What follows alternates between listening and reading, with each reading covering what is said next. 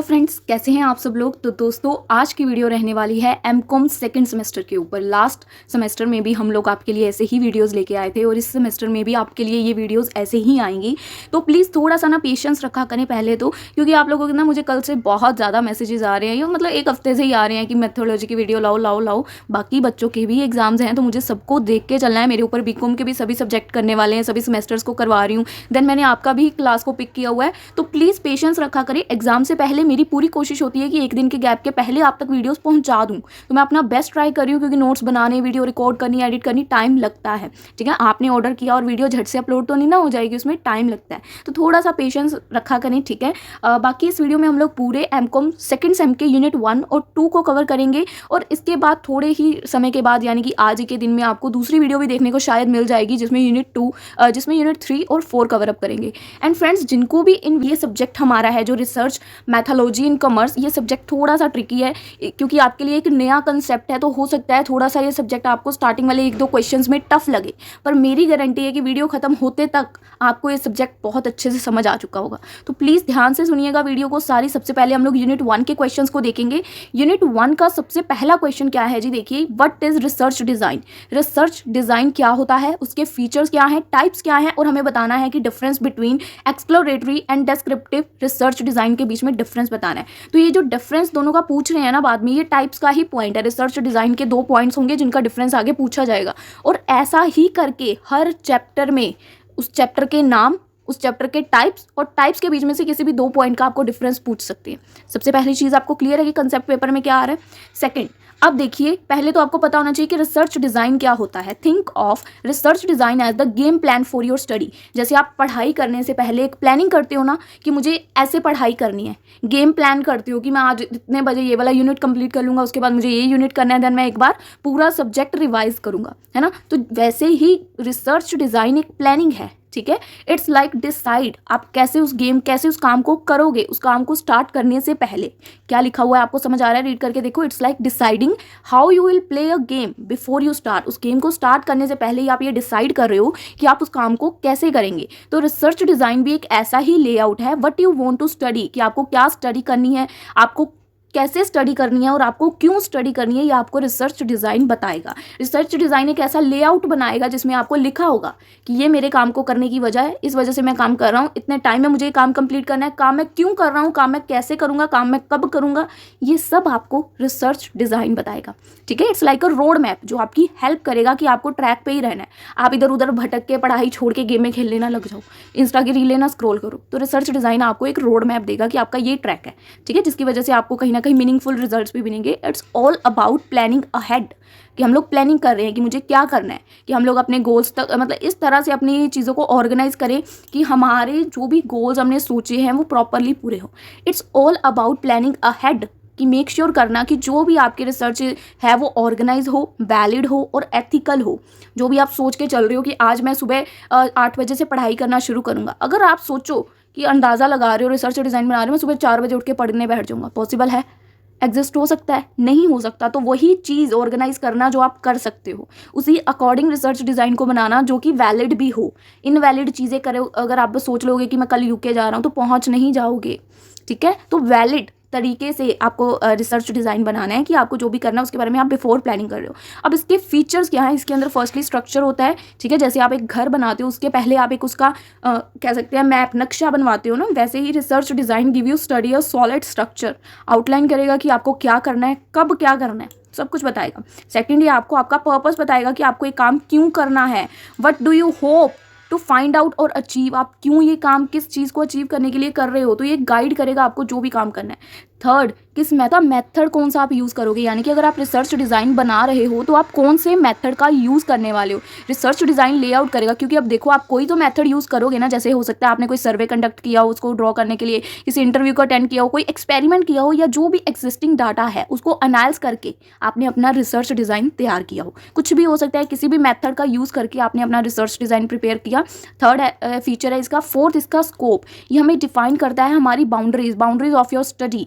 What will you include and exclude, कि आपको क्या पढ़ाई करनी है, क्या पढ़ाई नहीं करनी है, आपको बताता है, डिफाइन करता है आपकी बाउंड्रीज। आपकी जो रिसर्च है उसको फोकस्ड और मैनेजेबल रखता है कि आपका टाइम वेस्ट ना हो, आप बेमतलब की चीज़ें ना करें। जैसे इन वीडियोज़ के थ्रू आपको इंपॉर्टेंट क्वेश्चंस बताए जाते हैं, तो आप बाउंड्री सेट है कि आपको इन्हीं क्वेश्चंस को अच्छे से प्रिपेयर करना है। तो ये क्या है कि आप इधर उधर भटके ना, आपको ये ना हो कि क्या इंक्लूड करूँ क्या एक्सक्लूड करूँ। आपको एक रिसर्च डिज़ाइन बना के दे दिया गया, अब आपको सिर्फ उसको फॉलो करना है, उस पाथ को, ठीक है। नेक्स्ट इसका फीचर क्या है कि इसमें फ्लेक्सिबिलिटी होती है, चाहे कि ये आपका एक प्लान है, but research design also need to be flexible, पर रिसर्च डिज़ाइन को भी फ्लेक्सिबल होना ज़रूरी है। Sometimes you will need to adjust, क्योंकि आपको आपकी अनएक्सपेक्टेड, क्योंकि फ्यूचर पता नहीं क्या है, क्या चैलेंजेस आएंगे, क्या हम उसके ऊपर, अभी देखिए हमने ये सब्जेक्ट पढ़ना शुरू किया, ठीक है, हमें आई थिंक ये थोड़ा थोड़ा टफ भी लग रहा होगा, मैं समझाने की कोशिश कर रही हूँ, आपको थोड़ा थोड़ा समझ आ रहा होगा 20-30%, ठीक है। अब जैसे जैसे हम लोग इस PDF में आगे बढ़ते जाएंगे, वीडियो में अनएक्सपेक्टेड चीज़ें हमें पता चलेंगी, चैलेंजेस आएंगे, तो हो सकता है ना हमारा पॉइंट ऑफ व्यू चेंज हो जाए कि ये सब्जेक्ट इतना भी टफ नहीं है जितना हमें लग रहा है। स्टार्टिंग है आपका इस चैप्टर के ऊपर या इस सब्जेक्ट के ऊपर थोड़ा बेस बन रहा है, हो सकता है आपको वीडियो टफ लगे स्टार्टिंग में, बट जैसे जैसे हम आगे जाएंगे वीडियो ईजी लगती जाएगी आपको। तो इसीलिए मैं बोल रही थी स्टार्टिंग आपको टफ लगेगी, क्योंकि ये पहली बार सब्जेक्ट एग्जिस्टेंस में आया है। बीकॉम में तो कभी ऐसा कोई सब्जेक्ट था नहीं, और फर्स्ट सेम में भी कुछ ऐसा था नहीं। तो आपको बस यही ध्यान से समझना है, क्योंकि आगे आगे जाते जाएंगे सब्जेक्ट ईजी होता जाएगा। तो ऐसे ही जो हमारा रिसर्च डिज़ाइन है वो भी फ्लेक्सिबल होना चाहिए। जैसे अभी आपका पॉइंट ऑफ व्यू चेंज हो जाएगा कि सब्जेक्ट ईजी है, वैसे रिसर्च डिज़ाइन का भी हो सकता है, ठीक है। 6th इसकी वैलिडिटी, जो आपका रिसर्च डिज़ाइन है वो इंश्योर करे कि जो आपकी रिसर्च है, जो आपने प्रोड्यूस किया, वो एक्यूरेट है, रिलायबल रिजल्ट दे दिया। मतलब आपने जो भी डिज़ाइंस बनाए हैं, ये ना हो उसमें आपने गेमिंग का टाइम भी शेड्यूल रखा है कि इतने बजे मैं गेम खेलूंगा, इतने बजे मैं इंस्टा की रीलें चलाऊंगा, इतने बजे मैं सोने जाऊंगा, इतने बजे मैं खाने जाऊंगा। तो क्या है, आप लोगों को वैलिड चीज़ें उसमें इंक्लूड करनी है, वैलिडिटी रखनी है, एक्यूरेट बनाना है उस डिज़ाइन को, रिलायबल बनाना है। जैसे मैं आपको कहती हूँ अपना डे टू डे प्लान किया करो। अब प्लानिंग में आप लोग सुबह 3-4 बजे का अगर उसमें रख लोगे कि मैं उठ के पढ़ूंगा, तो पॉसिबिलिटी नहीं है, मोस्टली बच्चे नहीं कर पाएंगे। तो वैलिड चीज़ें उसमें इंक्लूड करनी है, ठीक है। तो ऐसे ही रिसर्च डिज़ाइन इंश्योर करेगा कि जो भी आपने रिसर्च डिज़ाइन बनाया है वो एक्यूरेट हो, रिलायबल हो, उसके रिजल्ट अच्छे आए। अगर आप डे टू डे अपना डेली शेड्यूल कर लोगे और उसको पूरा ही नहीं कर पाओगे, तो रिजल्ट रिलायबल कैसे आएंगे, रिजल्ट तो उसके फेल हो गए, क्योंकि आपने उसको फॉलो ही नहीं किया। So this mean consider factors that could influence your findings and how minimize their impact. तो इसमें सिंपल है कि फैक्टर्स को कुछ कंसीडर करेगा जो आपकी फाइंडिंग्स को इन्फ्लुएंस करेगा कि आपके वो कैसे मिनिमाइज कर सकते हैं उसके इम्पैक्ट को, ठीक है जी। नेक्स्ट इसका फीचर क्या है, एथिक्स। अब गाइज इसका नेक्स्ट फीचर क्या है कि ये एथिक्स को फॉलो करता है। ये एक एथिकल कंसर्न होता है जो आपका रिसर्च डिज़ाइन है, इंश्योर करता है कि आप एथिक्स को फॉलो करके ही इस पर काम करोगे। कोई भी अगर आपका एग्जाम है तो आपके एथिक्स आपको क्या बताते हैं कि आपको एग्जाम में चीटिंग नहीं करनी, और अगर आपका डिज़ाइन भी ऐसा ही होगा तो वो बेस्ट होगा। अगर आप चीटिंग करके एग्जाम देके पास होगे तो उसका बेनिफिट है। वैसे ही एथिक्स का फॉलो करना, इसके राइट्स को समझना आपको प्रॉपरली, इसका फीचर है एक। उसके बाद एनालिसिस, आप रिसर्च डिज़ाइन को कैसे एनालाइज करोगे, आप डाटा को कैसे कलेक्ट करोगे, क्या आप स्टैटिकल मेथड का यूज़ करोगे, क्या आप क्वालिटेटिव एनालिसिस करोगे, आप कॉम्बिनेशन एनालिसिस करोगे, किस मेथड के यूज़ से आप एनालिसिस करेंगे। 9th पॉइंट क्या है फीचर का, कि जो आपका रिसर्च डिज़ाइन है ये कहीं ना कहीं क्लियर कम्युनिकेशन में भी मदद करता है। A good research design is also about communication. ये क्लियर और अंडरस्टैंडेबल इस तरीके से आपको बनाना है या इस तरीके से प्रिपेयर करना है कि कोई भी दूसरा बंदा उसको देखे तो उसको समझ आ जाएगी इस बंदे का ये शेड्यूल है, ये काम करने वाला है, कोई भी उसको देख सकता है और समझ सकता है, ठीक है जी। अब ये कुछ पॉइंट्स हमने किए कि इसके फीचर्स हैं, फीचर्स ऑफ रिसर्च डिज़ाइन। अब हम बात करेंगे इसके टाइप्स के ऊपर, some types of research designs. ये पहला क्वेश्चन गाइस थोड़ा सा टफ ही है, मैं आपको खुद बोल रही हूँ कि ये टफ है, तो प्लीज़ अगर आप इसको समझ नहीं पा रहे हैं तो लर्न करें, क्योंकि ये क्वेश्चन पेपर में आएगा, आने के पूरे चांसेस हैं, 80% चांसेस है, ठीक है, क्योंकि ये क्वेश्चन थोड़ा टफ है। तो अब इसके जैसे कुछ टाइप्स हैं, तो टाइप्स में पहला आता है डेस्क्रिप्टिव रिसर्च, कि आप जो अपना रिसर्च डिज़ाइन बना रहे हो वो किस मेथड से बना रहे हो, इसके मेथड या टाइप बोल सकते हो आप। तो this is all about describing thing, इसके अंदर आप थिंग्स को डिस्क्राइब करोगे, जैसे what people do, what they are like. ये पहला टाइप है इसका डेस्क्रिप्टिव रिसर्च, जिसमें आप डिस्क्राइब करोगे, ठीक है। इट्स लाइक आप एक पिक्चर को पेंट कर रहे हो कि क्या हो रहा है, इसमें आप क्या कर रहे हो, डिस्क्राइब कर रहे हो कि क्या एक्चुअल में सामने वाले सीन में हो रहा है, पेंटिंग कर रहे हो उसकी। सो आप यहाँ पे एक्सप्लेन नहीं करते, they don't try to explain why, just जो हो रहा है ना, जो हो रहा है आप उसको जस्ट प्रेजेंट करोगे या डिस्क्राइब करोगे। तो आप इसकी डिस्क्रिप्टिव रिसर्च नाम का एक टाइप बोल सकते हो, रिसर्च डिज़ाइन का एक टाइप है। Second, correlation research. इस रिसर्चर्स में क्या होता है, यहाँ पे रिसर्चर्स देखते हैं, look at how things are related, कि थिंग्स एक दूसरे के साथ कैसे रिलेट कर रही है। ये जैसे कि रिलेशन क्या है कि अगर आप पढ़ाई करोगे तो अब आपको अच्छे मार्क्स भी आएंगे। तो ये चीज़ें रिलेटेड हैं, कोरिलेशन है कहीं ना कहीं। आपने पढ़ाई की तो आपके मार्क्स अच्छे आए, तो इस टाइप के अंदर आपका रिसर्च डिज़ाइन क्या होगा, कोरिलेशन रिसर्च, जिसमें चीज़ें एक दूसरे के साथ रिलेटेड होंगी। फर्स्ट वाले टाइप में क्या था, आप चीज़ों को डिस्क्राइब कर रहे हो कि ये एक्चुअल में ये सिचुएशन चल रही है, ये सीन हो रहा है। सेकंड, आप देखोगे सेकंड मेथड में क्या है कि आपकी चीज़ें एक दूसरे के साथ रिलेट कैसे कर रही हैं। Third, experimental research. ये जो रिसर्च है, this is like science experiment जैसे होता है, साइंटिस्ट करते हैं, वैसे ही researchers change something to see what happens. जैसे कि अगर हम एग्जाम या कोई प्रैक्टिकल क्वेश्चन सॉल्व कर रहे हैं, ठीक है, हमने एक मेथड के साथ उस प्रैक्टिकल क्वेश्चन को सॉल्व किया। अब हम चाहते हैं, जैसे हम मीन मीडियन मोड लगाते थे, पहले हमने मीन लगा के मेथड सॉल्व किया, अब हम एक्सपेरिमेंट करेंगे इसी स्टेटमेंट के ऊपर मैं मोड मेथड लगा के देखता हूँ या मीडियन मेथड लगा के देखता हूँ। तो वो क्या है, जैसे हमने कुछ नया एक्सपेरिमेंट करने की कोशिश की कि क्या बनेगा, चल करके देखते हैं, है ना। तो वैसे ही रिसर्चर्स जो होते हैं वो चीज़ें चेंज करते हैं ये देखने के लिए कि देखते हैं चलो क्या होगा इसके आगे। They have a group that gets the change. उनके पास एक ग्रुप होता है जो देखता है एक्सपेरिमेंटल ग्रुप की क्या चेंज आया, और दूसरा ग्रुप होता है जो होता है कंट्रोल ग्रुप, जो उस चीज़ को कंपेयर करता है उस रिजल्ट को। तो एक्सपेरिमेंटल रिसर्च इसका थर्ड टाइप है। फोर्थ टाइप है इसका quasi experimental research. This is similar to experimental research, ये एक्सपेरिमेंटल रिसर्च के साथ सिमिलर है, but it's not as strict. जो एक्सपेरिमेंटल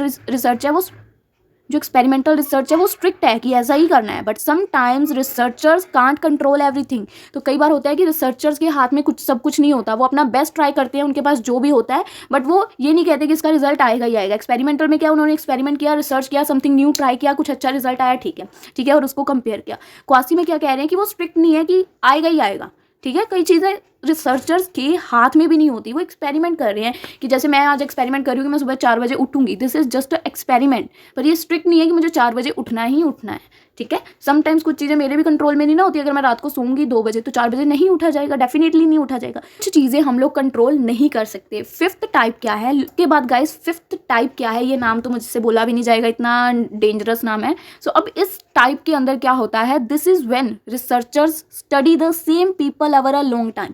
एक बंदा उन्होंने डिसाइड कर लिया रिसर्चर्स ने, अब उसकी की ऑब्जर्व कर रहे हैं एक लंबे समय तक, उसी बंदे को स्टडी कर रहे हैं कि किस सिचुएशन पे वो क्या रिएक्ट करेगा, कितने सालों बाद उस बंदे में कितना चेंज आया, कितनी चीज़ें बदल गई। सो एक ही बंदे पर लंबे समय तक स्टडी करना, ये वाला पॉइंट का टाइप है, मुझे इसका नाम नहीं बोलना आ रहा, सॉरी। नेक्स्ट टाइप क्या है, cross sectional research. This is like taking a picture of a group of people at one moment in time.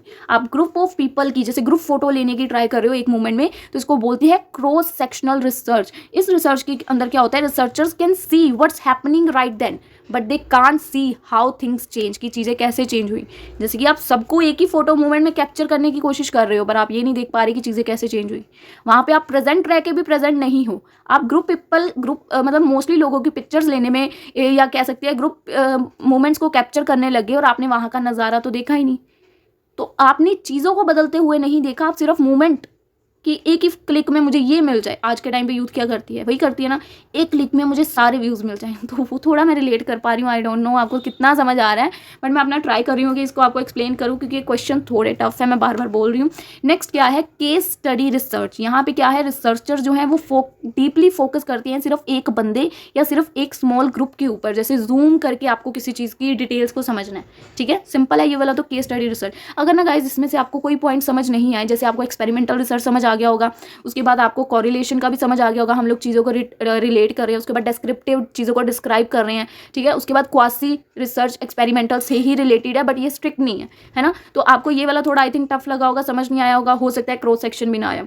तो बाकी जो आपको 5 टाइप समझ आए हैं अच्छे से, ठीक है, आप उनको लर्न कर लीजिए। ज़रूरी मैं आपको ये नहीं बोलती हूँ कि अगर किसी हेडिंग के अंदर मैंने 8 पॉइंट लिखे हैं तो वो 8 ही आपको करनी है। अगर आपको उसमें से 5 भी याद रह जाते हैं, दैट्स ग्रेट न्यूज़, आपको थोड़ा बहुत सब्जेक्ट समझ आने लग गया, ठीक है। तो अब आपने ये टाइप्स कर लिए। अब इन्हीं टाइप्स के कुछ 2 पॉइंट्स का आई थिंक आपको डिफरेंस है। एक्सप्लोरेटरी रिसर्च डिज़ाइन, ये भी आप टाइप में ऐड कर सकते हो, एक्सप्लोरेटरी रिसर्च डिज़ाइन, ये हमने नहीं किया। Second, descriptive research design. अब ये तो आपको पता है ना, डिस्क्रिप्टिव क्या है, जिसमें हम लोग चीज़ों को डिस्क्राइब करते हैं, तो डिस्क्राइब एंड प्रोवाइड करते हैं एक डिटेल पिक्चर कि क्या एग्जिस्टिंग फिनोनिमा है। अब ये डिस्क्राइब वाला आपको अच्छे से समझ आ चुका है। एक्सप्लोरेटरी रिसर्च डिज़ाइन क्या होता है, एक्सप्लोर करना, डिस्कवर करना नए नए आइडियाज़ को, ठीक है, एक्सप्लोर करना। जैसे हम लोग बोलते हैं वर्ल्ड टूर पे निकल जाओ, चीज़ों को एक्सप्लोर करो, देखो दुनिया में क्या हो रहा है, तो एक्सप्लोर ठीक है, नई नई चीज़ों को अपना एक न्यू आइडिया जनरेट करना। फोकस, इसमें अब एक्सप्लोर करना है तो इसका फोकस ब्रॉड है, ओपन एंडेड है। Focus on understanding a problem, ये प्रॉब्लम्स को समझने पे फोकस करता है ज़्यादा। और डिस्क्रिप्टिव में क्या है, इसमें जो फोकस है वो स्पेसिफिक होता है कि मुझे इसी पे फोकस करना है, कि मतलब सामने बंदा खड़ा है तो मुझे इसी की पेंटिंग बनानी है, स्पेसिफिक। और ये फोकस्ड होता है, इसका एम होता है aim to describe characteristics precisely, कि सामने जो बंदा खड़ा है मैं उसकी पेंटिंग बना रहा हूँ तो उस पेंटिंग में मुझे स्पेसिफिकली उसी पे पहले तो फोकस करना पड़ेगा और वहाँ पे डिस्क्राइब करना है कि इसमें क्या मजे वाली बात है, पेंटिंग में क्यों मैं बनाई है। तो डिस्क्राइब द थिंग डिस्क्रिप्टिव में आएगा। Third, nature of inquiry. Nature of inquiry, exploratory में नेचर क्या है, इसका नेचर होता है क्वालिटेटिव, और मिक्स मेथड्स इसमें कॉमन होते हैं क्योंकि हम लोग इसमें एक्सप्लोर करते हैं। तो एक्सप्लोर करने के लिए हमें डिफरेंट डिफरेंट मेथड्स की ज़रूरत पड़ती है, तो इसमें मिक्स मेथड का यूज़ होना कॉमन है। ठीक है, कैन बी, ये क्वालिटेटिव है। ठीक है, ये कैन बी क्वालिटेटिव तो होगा ही होगा, जो डिस्क्रिप्टिव है इसमें क्वालिटेटिव मेथड का तो यूज़ होगा ही होगा, क्वांटिटेटिव का भी होगा और मिक्स मेथड का भी यूज़ होगा। ठीक है, अब इसके जो स्कोप हैं, often involve small sample sizes, explore करना है स्मॉल सैम्पल साइजेस की ज़रूरत होती है, एंड डिवर्स डाटा सोर्सेज, और इसमें जो है लार्ज सैम्पल साइजेस की ज़रूरत होती है। फोकस ऑन स्पेसिफिक वेरिएबल के ऊपर ही ये फोकस करता है, इसका फोकस इधर उधर नहीं जाता, बट इसमें स्मॉल सैम्पल साइजेस होते हैं और इसका डाटा डाइवर्स होता रहता है। स्टेज ऑफ रिसर्च, टिपिकली जो ये use at a beginning of the research project, जब हमने रिसर्च प्रोजेक्ट को शुरू करना है, क्योंकि यहाँ पे हमने अब एक्सप्लोर करना है ना। ठीक है, तो इसकी रिसर्च की स्टेज क्या है, जब हम एक्सप्लोर कर रहे हैं तो हम कोई भी काम शुरू करने से पहले, रिसर्च प्रोजेक्ट को बनाने से पहले उसके ऊपर रिसर्च करेंगे ना, तो टिपिकली ये बिगिनिंग में होता है। और जो डिस्क्राइब करना है, can be used at any stage. ठीक है, क्यों इसमें एनी स्टेज बोला गया, क्योंकि ये शुरू होने से पहले भी हम लोग कर सकते हैं, शुरू होने के बाद भी कर सकते हैं, डिस्क्राइब करना है चीज़ को। But often follow exploratory research, but इसमें एक्सप्लोरेटरी रिसर्च जो ये वाले पॉइंट्स है ये फॉलो होगा। क्यों होगा, क्योंकि ये होगा तभी तो ये होगा। रिसर्च प्रोजेक्ट तभी बनेगा ना जब एक्सप्लोरेटरी रिसर्च बनाएंगे, तभी तो उसको डिस्क्राइब करेंगे। देन फ्लेक्सिबल, एक्सप्लोरेटरी जो है वो ज़्यादा फ्लेक्सिबल होता है, ये अलाउ करता है शिफ्ट इन रिसर्च डायरेक्शन। अगर अपनी रिसर्च डायरेक्शन को हमने शिफ्ट करना है तो ये फ्लेक्सिबल होता है। और जो डिस्क्राइब करना है, क्योंकि अब हमने सारी रिसर्च वगैरह कर ली हुई है, अब हम सिर्फ उसको डिस्क्राइब कर रहे हैं, तो अब इतना एंड में आके उसको फ्लेक्सिबिलिटी के साथ मूव करना, यानी कि शिफ्ट ही कर देना पूरी डायरेक्शन, तो ये लेस फ्लेक्सिबल है। क्योंकि इसका मेन एम क्या होता है कि जो भी डाटा कलेक्ट किया उसको डिस्क्राइब करना। अब डाटा कलेक्ट कर चुके हैं, यहाँ पे ये सिर्फ उसको डिस्क्राइब कर रहे हैं। अब इसका आउटकम, लेस डिफाइंड आउटकम, क्योंकि यहाँ पे हमने क्या किया, हमने अभी क्या किया, एक्सप्लोर कर रहे हैं, तो इसका आउटकम लेस डिफाइंड है। फाइंडिंग्स में लीड टू फर्दर रिसर्च, हो सकता है जो हमने फाइंड किया उसको दोबारा रिसर्च उसके ऊपर करनी पड़े, क्योंकि हम लोग अभी यहाँ पे क्या है, ये वाला जो हम डिफरेंस करेंगे क्या है, एक्सप्लोर करना, एक्सप्लोरेटरी रिसर्च है, तो एक्सप्लोर कर रहे हैं, अभी हमें पता नहीं क्या आउटकम निकलेगा, तो इसका आउटकम डिफाइन नहीं होता कि क्या आएगा। अभी हम एक्सप्लोर कर रहे हैं, रिसर्च कर रहे हैं, देखो क्या निकलता है। इसका जो है, इसमें हम लोग डिस्क्राइब कर रहे हैं कि हमने क्या रिसर्च की, यानी कि हमारे पास क्लियरली डिफाइंड आउटकम है, तभी हम उसको डिस्क्राइब कर रहे हैं। सो इसका एम क्या होता है, provide concentrate result. So guys, आई होप आप लोगों को ये डिफरेंस क्लियर है। मुझे नहीं पता कितना मैं समझा पाई हूँ आपको, बट मैंने बेस्ट ट्राई किया है। एक्सप्लोरेटरी रिसर्च डिज़ाइन में आप एक्सप्लोर कर रहे हो, अभी रिसर्चेस कर रहे हो, आपके पास डिज़ाइन रेडी नहीं है, एक्सप्लोर कर रहे हो, नए नए आइडियाज़ को देख रहे हो, फिनोनिमास को देख रहे हो सकता है आपको कौन सा पसंद आए, डोंट नो। ठीक है, बट डिस्क्रिप्टिव में आपके पास आपने एक्सप्लोर कर लिया हुआ है। डिस्क्रिप्टिव रिसर्च डिज़ाइन में आप ऑलरेडी एक्सप्लोर कर चुके हो, अब आप उस डिज़ाइन को डिस्क्राइब कर रहे हो। आई होप सिंपल सी चीज़ आपको क्लियर है। नेक्स्ट क्वेश्चन की तरफ चलते हैं। Define research project. अब रिसर्च प्रोजेक्ट क्या है, इसके स्टेप्स क्या हैं, रिसर्च मेथड और रिसर्च मैथोलॉजी में डिफरेंस क्या है। पहले तो रिसर्च प्रोजेक्ट क्या है, अब ये देखिए आप लोग, research project is like an adventure, जहाँ पे अब हमने ऊपर अभी देखा रिसर्च का प्रोजेक्ट क्या है, अब ये एडवेंचर है, इसमें आप नई नई चीज़ों को पहले तो एक्सप्लोर करोगे, कि आप किसी चीज़ को लेके क्यूरियस हो तो आप क्यों हो, ठीक है, आप क्वेश्चन करोगे, it's all about asking question और उसके सोल्यूशंस को फाइंड करना। इमेजिन करो कि आप एक डिटेक्टिव हो, आपको एक मिस्ट्री सॉल्व करनी है, बट आप क्राइम्स को सॉल्व करने की जगह कुछ ऐसा स्टफ फाइंड आउट कर रहे हो, जैसे कि पौधे कैसे बड़े होते हैं, यानी कि प्लांट्स कैसे ग्रो करते हैं, लोग कैसे सीखते हैं, क्या चीज़ें हैं जिसकी वजह से पंछी चहचहाते हैं, ये कुछ क्वेश्चंस है उस बंदे के मन में, वो इनके सल्यूशंस, इस मिस्ट्री को सॉल्व करेगा एज अ डिटेक्टिव।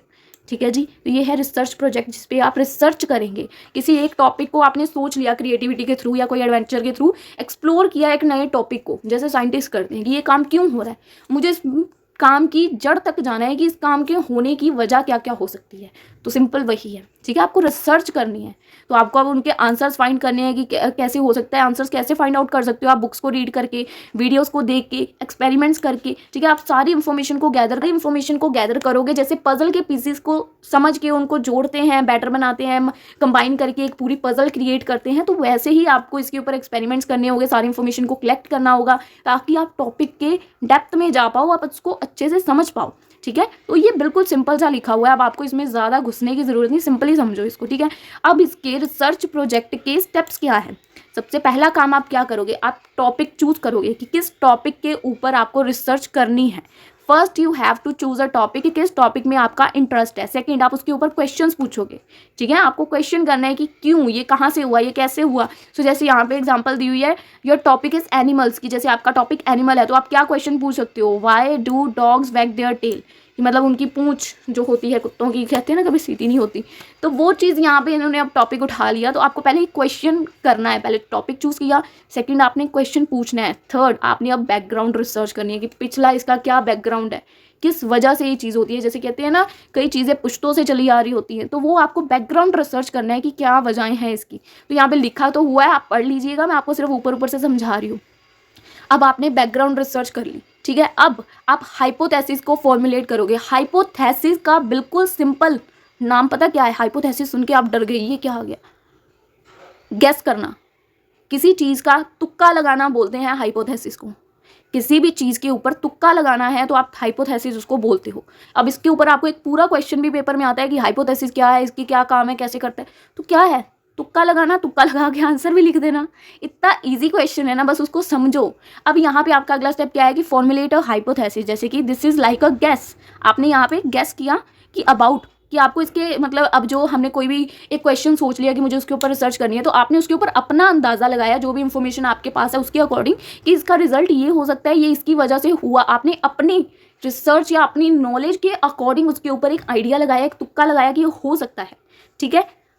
तो यहाँ पे हाइपोथेसिस का जैसे यहाँ पे एग्जांपल दिया हुआ है, देखिए जैसे going back to dog's example, इसको समझने के लिए कि अब आपने यहाँ पे हाइपोथेसिस अप्लाई किया। अभी आप पूछ रहे थे ना कुत्ते अपनी पूंछ क्यों हिलाते हैं, है ना। तो अब यहाँ पे आपने तुक्का लगाया क्योंकि उनको खुशी मिलती है, because when they are happy, जब वो खुश होते हैं तब वो अपनी पूंछ हिलाते हैं। अब ये हमारा तुक्का है, we don't know is it right और रॉन्ग, बट हमने यहाँ पे तुक्का लगाया कि वो पूंछ अपनी इसलिए तब हिलाते हैं जब वो बहुत खुश होते हैं, ठीक है। तुक्का लगा लिया। अब आप अपनी स्टडी को डिज़ाइन करेंगे, डिसाइड करेंगे कि अब आपके जो क्वेश्चंस हैं आपको उनके सॉल्यूशंस कैसे मिल सकते हैं। क्या आप उनके सर्वे करोगे, एक्सपेरिमेंट्स करोगे, इंटरव्यूज़ लोगे, ऑब्जर्व करोगे। सो ये आपका एक रिसर्च डिज़ाइन है जो आप तैयार करेंगे। उसके बाद आप डाटा कलेक्ट करेंगे, जहाँ पे आप अपनी इन्फॉर्मेशन को कलेक्ट करेंगे, लोगों से इन्फॉर्मेशन इकट्ठी करेंगे, ऑब्जर्व करेंगे, ठीक है। जो कुत्तों के ओनर हैं उनसे क्वेश्चन करोगे, जो भी आपने एक्सपेरिमेंट किया, एग्जाम्पल लिया यहाँ पे। उसके बाद आप डाटा को एनालाइज करोगे। 8 नंबर पर आप एक कंक्लूजन पे पहुँच जाओगे कि इसका वजह ये हो सकती है, ये है, ठीक है, क्योंकि आपने अब पूरा सर्वे वगैरह कर लिया। एंड देन लास्ट में आप अपने रिजल्ट को कम्युनिकेट करोगे, share what you found with others. जो भी आपने रिजल्ट्स निकाले आप दूसरों के साथ उसको शेयर करोगे। This could be through a report, हो सकता है प्रेजेंटेशन के थ्रू शो करो या एक वीडियो बनाओ, ठीक है। बट ये ज़रूरी है कि लोगों को पता चले कि आपने क्या डिस्कवर किया है, क्या आपने फाइंड किया है, क्या आपने रिसर्च किया है, ठीक है। And the last, reflect and learn, think about what you learn. अब इसके बाद लास्ट में आपने क्या सोचना है कि इस प्रोजेक्ट को करते करते आपने कितनी नई चीज़ें सीखी हैं, ठीक है। क्या आपने नया सीखा, what you do different next time, और नेक्स्ट टाइम आप क्या डिफरेंट कर सकते हो। तो ये चीज़ें आपको कहीं ना कहीं फ्यूचर के रिसर्च प्रोजेक्ट्स को इंप्रूव करने में मदद करेंगी। तो ये सिंपल से स्टेप्स थे रिसर्च प्रोजेक्ट के ऊपर। इसके स्टेप्स आई होप आपको क्लियर हैं, काफ़ी इजी थे ये तो मेरे हिसाब से। बाकी आपको समझ आए कि नहीं मोनी मैं कह सकती। अब क्वेश्चन आता है कि इसका डिफरेंस बताओ कि रिसर्च का मेथड क्या है और रिसर्च मेथोलॉजी क्या है। अब ये बहुत ईजी चीज़ है। रिसर्च का मेथड क्या होता है, रिसर्च का मेथड है कि जैसे आप सिंपल कुछ टेक्निक्स का यूज़ कर रहे हो इन्फॉर्मेशन को इकट्ठा करने के लिए, वो है आपका एक रिसर्च का मेथड, रिसर्च करने का तरीका, ठीक है, जिसको बोल सकते हैं रिसर्च करने का तरीका। और रिसर्च मेथोलॉजी क्या है, ये आपकी एक पूरी स्ट्रेटेजी है जो रिसर्च करने से पहले आपने तैयार की कि ये मेरी स्ट्रेटेजी है, ये मेरा फ्रेमवर्क है, ये मुझे रास्ता दिखाएगा कि मुझे किन किन लोगों से जाकर सर्वे करना है, क्या टूल्स का यूज़ करना है, क्या रिसर्च मेथोलॉजी क्या है, को पूरा फ्रेमवर्क है, रिसर्च मेथड क्या है, एक सिंपल सा तरीका है जिसको फॉलो करके आप रिसर्च कर रहे हो, ठीक है। रिसर्च मेथड में फोकस क्या होता है आपका, प्रैक्टिकल एस्पेक्ट के ऊपर, प्रैक्टिकली आप जाके लोगों से इंफॉर्मेशन इकट्ठी कर रहे हो, ठीक है। रिसर्च मेथोलॉजी में क्या है, आप थ्योरेटिकली यानी कि एक पेपर पे अपना पूरा कह सकते हैं नक्शा बना रहे हो, कैसे आपको काम करना है, कैसे रिसर्च मेथोलॉजी एक स्ट्रेटेजी तैयार कर रहे हो, ठीक है जी। अब इसकी एग्जांपल्स क्या है, आप सर्वे, एक्सपेरिमेंट्स, इंटरव्यूज के थ्रू कर सकते हो, और इसमें आपको मेथड्स अप्लाई करने पड़ते हैं, which is quantitative, qualitative, mix method या अप्रोच, ठीक है जी। तो आई होप आपको अब ये क्लियर हो रहा है। सो गाइज आई होप आप लोगों को अब ये सब्जेक्ट धीरे धीरे इजी लगना शुरू हो जाएगा, धीरे धीरे आपको और समझ आने लग जाएगा, क्योंकि इजी है, आगे वाले क्वेश्चंस इजी होते जाएंगे। स्टार्टिंग में आपका बेस वीक था तो थोड़ा थोड़ा हो सकता है आपको टफ लगाओ, पर जब पूरी वीडियो खत्म होने के बाद स्टार्टिंग पे आप जाके पहले वाले क्वेश्चन को पढ़ेंगे ना, तो आपको वो क्वेश्चन ईजिली समझ आ जाएगा, ठीक है। अब बात करते हैं कि इसका पर्पस क्या है। जो हमारा रिसर्च मेथड है उसका पर्पस है use to answer research question, और टेस्ट करना कि हाइपोथेसिस जो भी हमने गेस किया कि तुक्का लगाया कि सही है या नहीं, तो आंसर्स फाइंड आउट करने। और रिसर्च मेथोलॉजी का क्या पर्पस है, ये हमें एक rational for chosen method provide करती है, जो हमारी सिचुएशन के अकॉर्डिंग हम पे फिट बैठेगा, हम उसका यूज़ कर सकते हैं। एप्लीकेशन, रिसर्च मेथड जो है वो अप्लाई डायरेक्टली हो जाता है, जो भी हमने डाटा कलेक्ट किया है या उसको एनालाइज करना है, पर जो रिसर्च मेथोलॉजी है ये हमें गाइड करता है, guide the entire research process and from start to end, ये हमें गाइड करेगा शुरू से लेके अंत तक, ठीक है। एप्लीकेशन जो है इसकी रिसर्च मेथोलॉजी की, जब हम रिसर्च शुरू करेंगे ना, शुरुआत से लेके अंत तक रिसर्च मेथोलॉजी का यूज़ है, सारा काम स्ट्रेटेजी ही उसने बनाई है।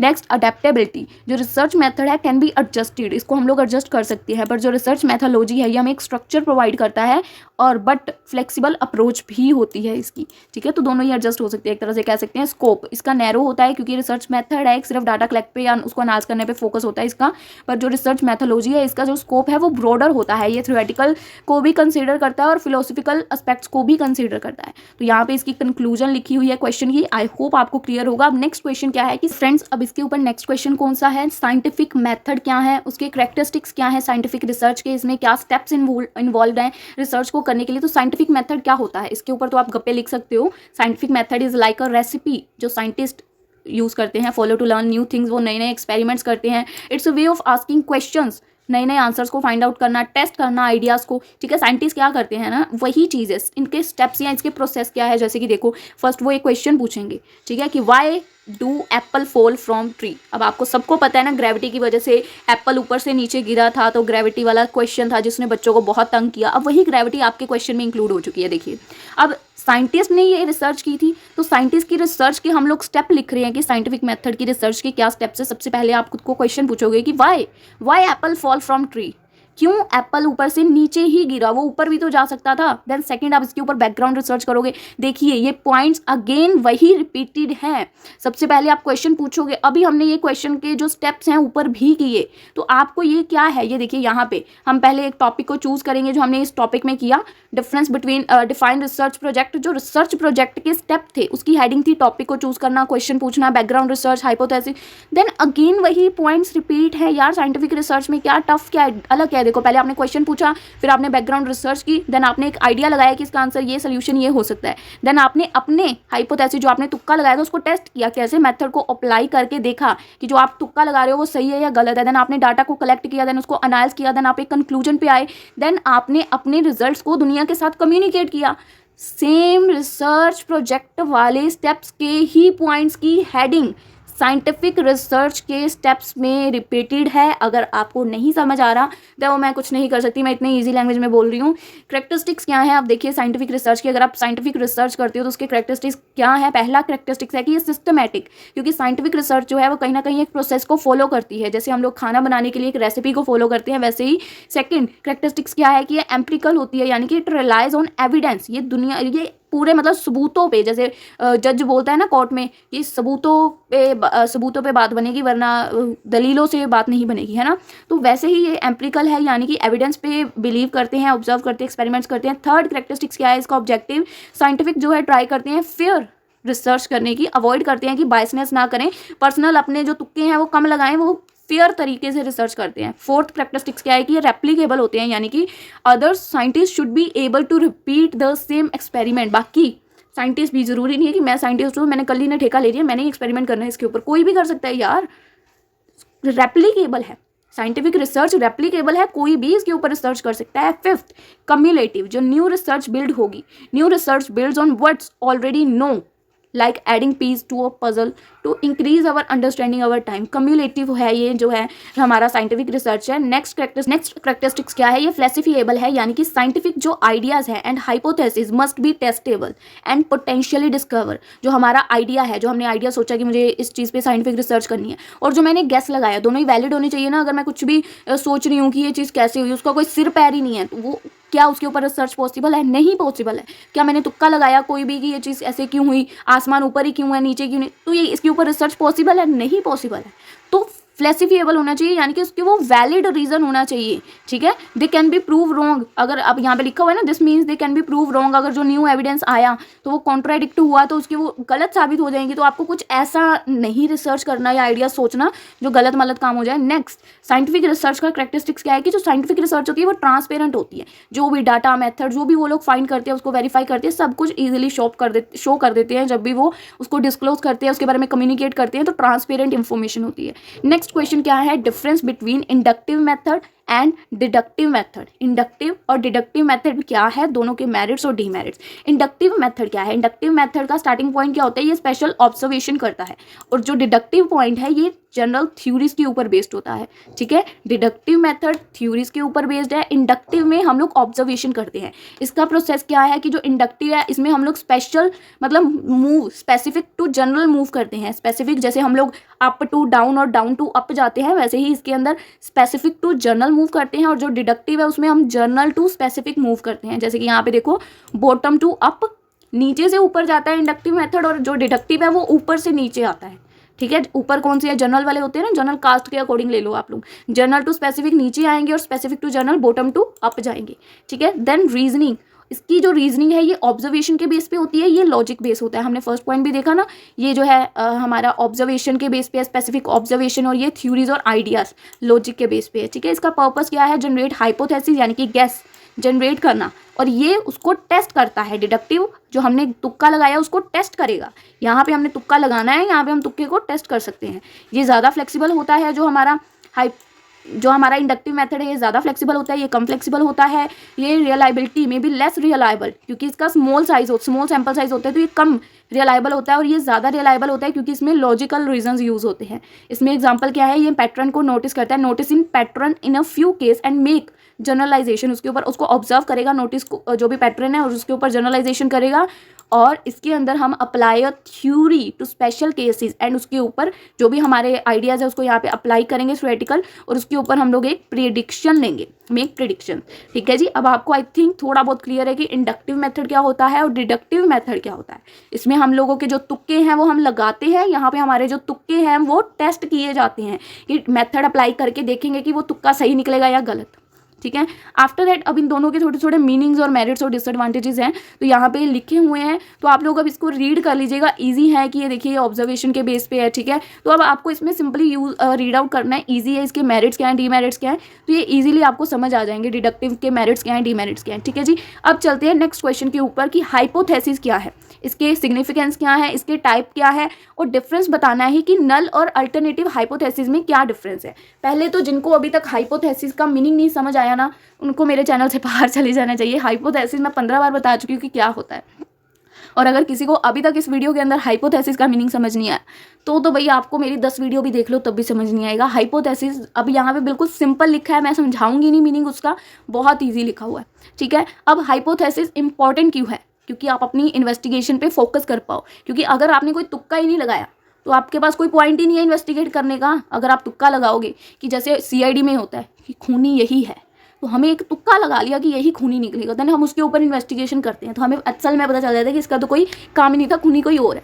इन्वेस्टिगेशन में कहीं ना कहीं आपका फोकस बनाने के लिए ये ज़रूरी है। सेकंड, हम लोग इसके अंदर आउटकम को प्रिडिक्ट करते हैं कि ये खूनी हो सकता है।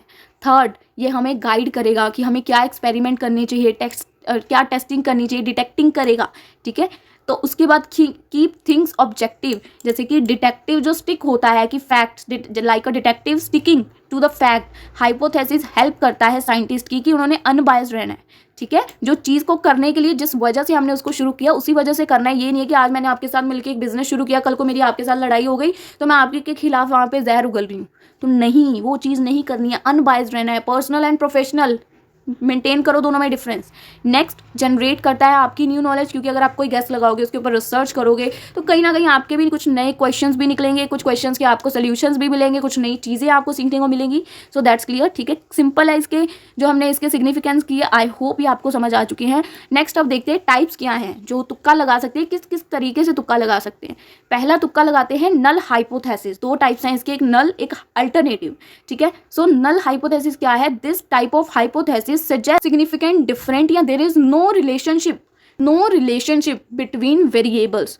तो ये जो हाइपोथेसिस है ये हमें सजेस्ट करता है कि दो वेरिएबल्स के बीच में कोई रिलेशनशिप नहीं है, नल, बिल्कुल जीरो, ठीक है। इट्स ऑफ्टन यूज, इसका यूज किया जाता है स्टैटिकल टेस्टिंग में टू डिटरमाइन कि जो हमने रिजल्ट निकाला है जो भी एक्सपेरिमेंट्स के through are due to chance if there is a real effect, कि उसमें अगर कोई रियल इफेक्ट आ सकता है। जैसे कि फॉर एग्जांपल देखो, जैसे कि हमने प्लांट की ग्रोथ के ऊपर एक एक्सपेरिमेंट किया कि प्लांट्स कैसे ग्रो होती है, तो नल हाइपोथेसिस क्या बताएगा कि यहाँ पे कोई डिफरेंस नहीं आया प्लांट की हाइट में अगर हम उसके ऊपर फर्टिलाइजर का यूज़ करते हैं। अब हमारे मन में एक क्वेश्चन आता है ना कि प्लांट्स की हाइट ग्रो होती है तो क्या फर्टिलाइजर्स का यूज़ करने से, यानी कि जो उसमें खाद यूज़ करते हैं, फर्टिलाइजर केमिकल है एक शायद, तो अगर हम उसका यूज़ करते हैं तो क्या उसके यूज़ से प्लांट्स की ग्रोथ जल्दी होती है, ज़्यादा होती है?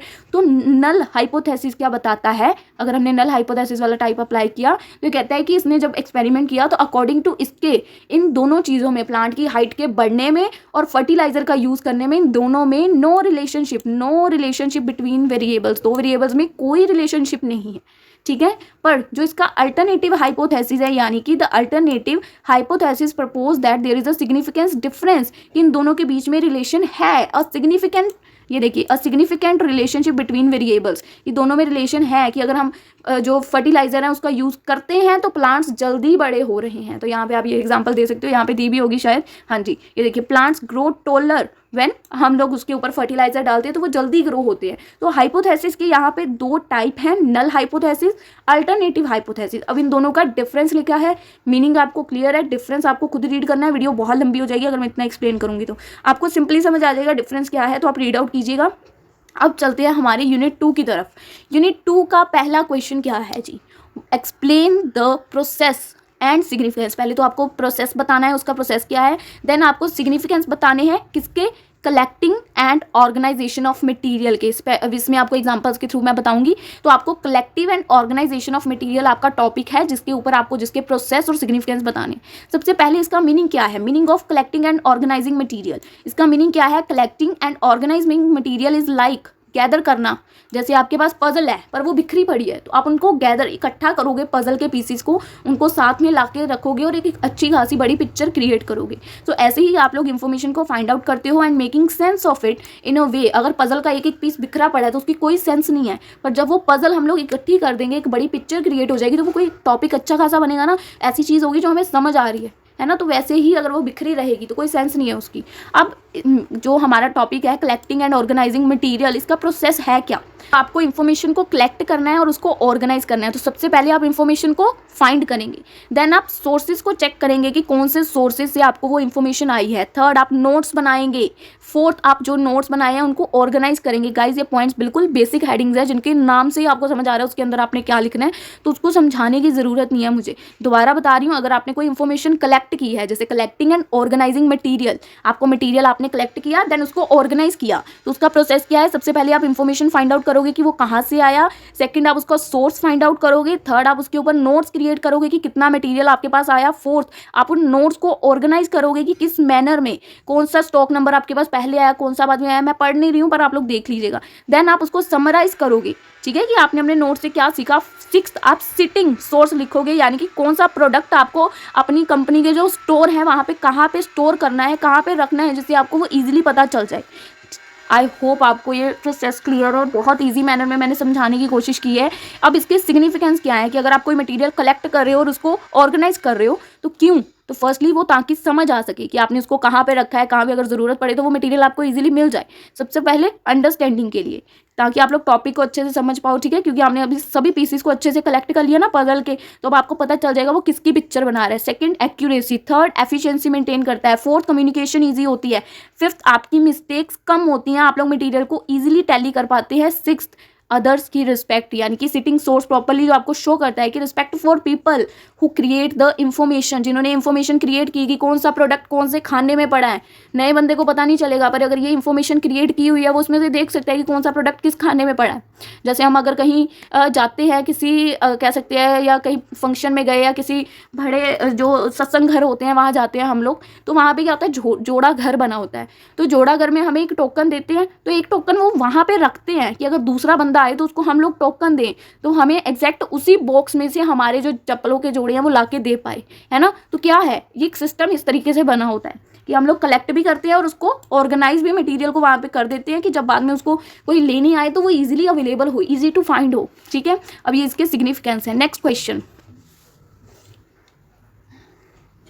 What are the various sources of collecting info in research, कि क्या वेरियस सोर्सेज हैं जिसके थ्रू आप इन्फो को कलेक्ट कर सकते हो। इसके डिफरेंट वेज क्या है कि आप जो कलेक्ट इन्फॉर्मेशन की है उसको ऑर्गेनाइज कर सकते हो। पहले कलेक्टिंग इन्फॉर्मेशन का मीनिंग लिखा है, अगेन वही आप ऊपर वाला भी लिख सकते हो, नीचे अलग से भी लिख सकते हो। अब इसके वेरियस सोर्सेज क्या हैं कि आप इन्फॉर्मेशन कहाँ कहाँ से कलेक्ट कर सकते हो। पहले आप इन्फॉर्मेशन बुक से ले सकते हो, सेकंड आप जर्नल्स और आर्टिकल्स रीड कर सकते हो, थर्ड आप कोई वेबसाइट चेक कर सकते हो, फोर्थ आप किसी का इंटरव्यू सुन सकते हो, फिफ्थ आप कोई सर्वे कर सकते हो, 6वें नंबर पे आप ऑब्जर्व कर सकते हो लोगों को, 7वें नंबर पे आप खुद एक्सपेरिमेंट्स कर सकते हो। तो ये आपके पास कुछ तरीके हैं जिसकी वजह से आप इंफॉर्मेशन को कलेक्ट कर सकते हो, सोर्स ऑफ कलेक्टिंग इंफॉर्मेशन जिसको आप बोल सकते हो। अब जो आपने इंफॉर्मेशन कलेक्ट की उसको ऑर्गेनाइज करने के डिफरेंट वेज क्या है। पहला तरीका है क्रोनोलॉजिकल ऑर्गेनाइजेशन, जैसे कि putting information in the order, जैसे वो आई है उसी ऑर्डर में उसको मेंटेन करना। सेकंड थेमेटिक ऑर्गेनाइजेशन, यानी कि grouping information based on similar theme और टॉपिक्स, सिमिलर थीम्स और टॉपिक के बेस के उसको ऑर्गेनाइज करना। पहले जिस ऑर्डर में वो आई है उसी में उसको मेंटेन किया, वो हो गया कर्नोलॉजिकल वे। सेकंड थमेटिक में सिमिलर थीम और टॉपिक के अकॉर्डिंग उसको मेंटेन किया। नेक्स्ट हिरार्चिकल ऑर्गेनाइजेशन, यानी कि organizing information from broader category, यानी कि बिग टू स्मॉल, जो बड़ी एमबी की फाइल है उसको सबसे ऊपर ऑर्गेनाइज किया, फिर उससे छोटी, फिर छोटी छोटी छोटी ऐसे, ठीक है। ब्रॉडर कैटेगरी, जो बड़ी कैटेगरी की है उसको ऊपर, उसके बाद स्पेशल वन, उसके बाद स्मॉलर वन, उसके बाद फैमिली ट्री। नेक्स्ट अल्फाबेट के अकॉर्डिंग उसको ऑर्गेनाइज किया। फिफ्थ नंबर्स के अकॉर्डिंग उसको ऑर्गेनाइज किया। सिक्स स्पेटिकल ऑर्गेनाइजेशन, यानी कि जो इंफॉर्मेशन है उसको ऑर्गेनाइज करना फिजिकल लोकेशन के बेस पे, कि उसकी अरेंजमेंट लाइक अ मैप, उसकी लोकेशन के बेस पे उसको ऑर्गेनाइज करना। सेवंथ कंपैरेटिव, शो सिमिलैरिटी के according difference between different things और आइडियाज लाइक कंपेयरिंग प्राइजेस, तो सिमिलैरिटीज के बेस पे, कंपैरिजन के बेस पे उसको ऑर्गेनाइज करना।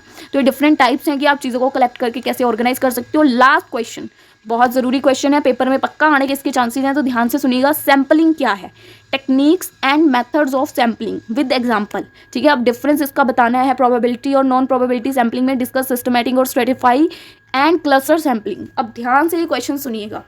तो देखिए गाइज, अब इसका आंसर क्या है। सबसे फर्स्ट सैम्पलिंग क्या होती है। Sampling is like a taking a small group of things from a bigger group. जैसे कि आपके पास एक कैंडीज का पूरा बड़ा बॉक्स है और आप क्लाइंट दुकानदार को बोल रहे हो कि पहले मुझको इसका सैंपल टेस्ट करवाओ, then I will buy the full box of candies. तो आप उसमें से जार में से एक कैंडी ले रहे हो टेस्ट करने के लिए, उसको बोलते हैं सैंपल। सैंपल के तौर पर आपको कोई चीज़ मिली, तो यही लिखा हुआ है यहाँ पे कि आप जार में से कैंडी ले रहे हो, ठीक है। तो आप पढ़ लीजिएगा। अब इसके दो टाइप्स आते हैं। पहला आता है probability sampling, second one is non probability sampling. तो अब इन दोनों मेथड्स के अंदर सब पॉइंट्स हैं। प्रोबेबिलिटी के अंदर है simple random sampling, clutter sampling, systematic sampling, stratified random sampling. और नॉन प्रोबेबिलिटी सैम्पलिंग के अंदर है convenience sampling, consecutive, quota sampling, judgemental sampling and snowball sampling. अब आपको एक बात ध्यान से देखनी है, इस क्वेश्चन का यहाँ पे अंत हो रहा है, ठीक है। उसके बाद ना जो ये लिखा है discuss systematic, Stratify and clutter sampling, ये जब हम इसके मेथड करेंगे ना, इसके अंदर जो पॉइंट है वही है, मेथड्स के अंदर पॉइंट है वही है। तो मैं अलग से एक्सप्लेन नहीं करूंगी, आप मेथड जब समझेंगे तो उसके अंदर ही समझिएगा। ये क्वेश्चन हम लोग इस वीडियो में यहाँ तक आपको समझाएंगे, ठीक है। मेथड्स के अंदर आपको ये तीनों पॉइंट सिस्टमैटिक, स्ट्रेटिफाइड और क्लटर मिल जाएंगे, आप इसको खुद से देख लीजिएगा।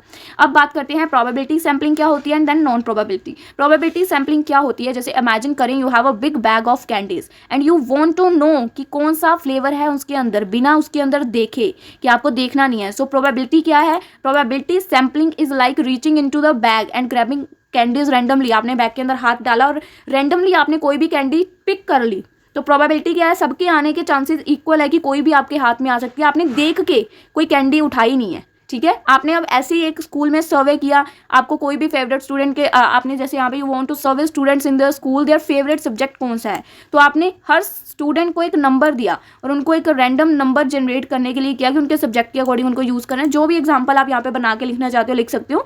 तो मेन प्रोबेबिलिटी सैम्पलिंग क्या होता है कि एक फेयर चांस हर बंदे को हर चीज़ को मिल रहा है। जैसे अगर आप कैंडीज लेना चाह रहे हो तो आपने स्पेसिफिक फ्लेवर ही नहीं उस डब्बे में से उठाया, आपने हाथ डाल के कोई भी रैंडमली पिक कर लिया, ठीक है। स्पेसिफिक कोई भी आपने ये नहीं कहा कि मुझे स्ट्रॉबेरी फ्लेवर ही चाहिए, नो, ठीक है। देन प्रोबेबिलिटी और नॉन प्रोबेबिलिटी डायरेक्ट इसके ऑपोजिट है। आप स्पेशली चूज कर रहे हो कि मुझे कौन सा फ्लेवर चाहिए, ठीक है। या स्पेसिफिक आपका कोई फेवरेट स्टूडेंट है तो आप स्पेसिफिक चूज कर रहे हो कि आज क्लास का मॉनिटर यही बनेगा, ठीक है। तो वो हो गया नॉन प्रोबेबिलिटी सैम्पलिंग, जिसमें सबके जीतने के चांस इक्वल हैं, वो प्रोबेबिलिटी। अब प्रोबेबिलिटी सैम्पलिंग के अंदर सब पॉइंट्स आते हैं, सैम्पलिंग के अंदर सब पॉइंट्स आते हैं। जैसे कि पहला पॉइंट है सिंपल रैंडम सैम्पलिंग। आप सिंपली रैंडम सैम्पलिंग कर रहे हो, आपको नहीं पता क्या होगा। So imagine you have a big bowl जो कि कलरफुल कैंडीज से बड़ा हुआ है। You want to pick a few candies to see if they are tasty. So with random sampling you close your eyes और आप उन कैंडीज को अच्छे से मिक्स करेंगे और कोई भी अपने हाथ में ले लेंगे। इसको बोलते हैं सिंपल रैंडम सैम्पलिंग। तो इसमें एग्जांपल दिया, आप पढ़ लीजिएगा। सेकंड, स्ट्रेटिफाइड सैम्पलिंग, यानी कि let's say you have a big jar of jelly bean. आपके पास एक बिग जार है जिसमें जेली वाली टॉफीज हैं, बिग बहुत सारे उसमें कलर्स हैं, रेड, ग्रीन एंड ब्लू।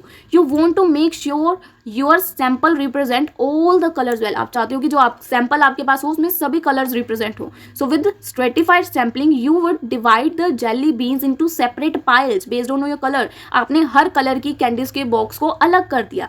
अब आपने रैंडमली एक फ्यू जेलीज बीन्स को ईच पाइल में से सिलेक्ट किया, यानी कि हर पाइल में से, हर कलर में से आपने रैंडमली कोई भी उठा ली, यानी एक कलर में से रैंडमली। तो हो गया स्ट्रेटिफाइड, यानी कि पहले तो आपने उनको कलर के अकॉर्डिंग अलग अलग किया, हर कलर में से रैंडमली कोई भी एक एक उठा ली, ठीक है। तो आपने उसको टेस्ट किया। देन इसकी भी एग्जांपल आप पढ़ लीजिएगा। Third, systematic sampling. इमेजिन आपके पास एक लिस्ट है कि कितने स्टूडेंट्स हैं उस क्लास के अंदर, तो आपको उसमें से कुछ स्टूडेंट्स को सिलेक्ट करना है किसी सर्वे के लिए। सो सिस्टमैटिक सैम्पलिंग के according you might decide to pick every fifth student from the list, कि आपको हर लिस्ट में से 5वें स्टूडेंट को ही सिलेक्ट करना है।